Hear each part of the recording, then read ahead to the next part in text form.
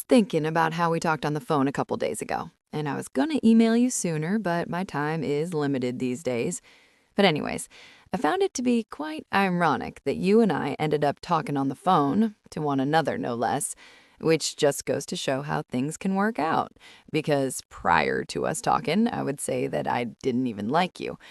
If I can't do anything else, I can hold a grudge, and I've been holding one against you ever since what went down between us years ago, which might go to show how petty I can be. But as of late, I've been on a mission to let all of my grudges go, because I have found happiness and my heart no longer has room for such foolishness. And as we talked on the phone, it seemed to me like we were just friends who lost touch for a while. None of the feelings of hatred that I harbored inside against you were there anymore, and I must say that is a wonderful feeling. But anyways, enough of my rambling. I just wanted to get that off my chest. You got my email now, so you ain't gotta be a stranger. Keep in touch. It's no surprise that you didn't like me, and I must admit that I was responsible for that. I shouldn't have treated you the way I did, and I regret that. My imperfections have since caused me to make even more mistakes. You see, the way I treated you came back around to me. I must admit that I didn't see anything in the future of this kind happening to me.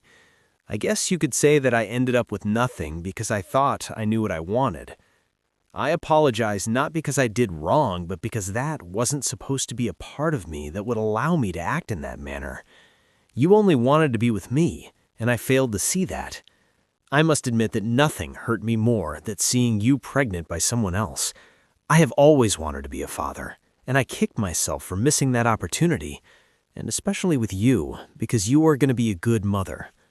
I wanted to tell you all of this on the phone, but I'm a guy and we really don't let our feelings out too easily. For what it's worth, I don't regret any moment I spent with you. Though we didn't see eye to eye on a lot of things, I'm glad that you were with me up until the time when I foolishly pushed you away. I have learned a lot over these few years. I've learned how to love, persevere, be faithful, and I've also learned how to bear unfathomable pain. But through it all, I realized that if I had stayed with you, I would have been all right. I got caught up in a situation I was not ready to handle. You saw that and just let me go. I had to learn the hard way. So I guess that's what I wanted to say. I really am sorry. Tell your guy he's a lucky dude, and tonight when you look into your son's eyes, give him a kiss for me. I would like that. Well, I must say that I was surprised at your response to my email.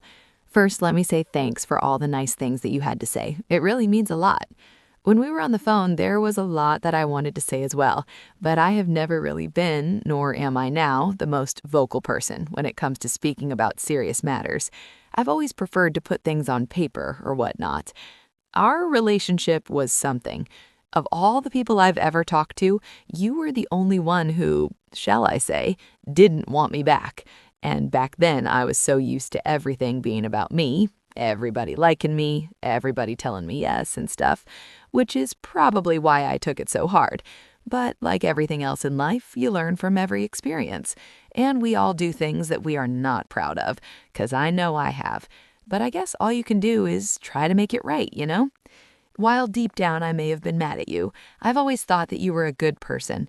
And now you seem like you've grown and you've got your head on straight. You've got a plan. I truly believe that you're going to make some young lady very happy one day.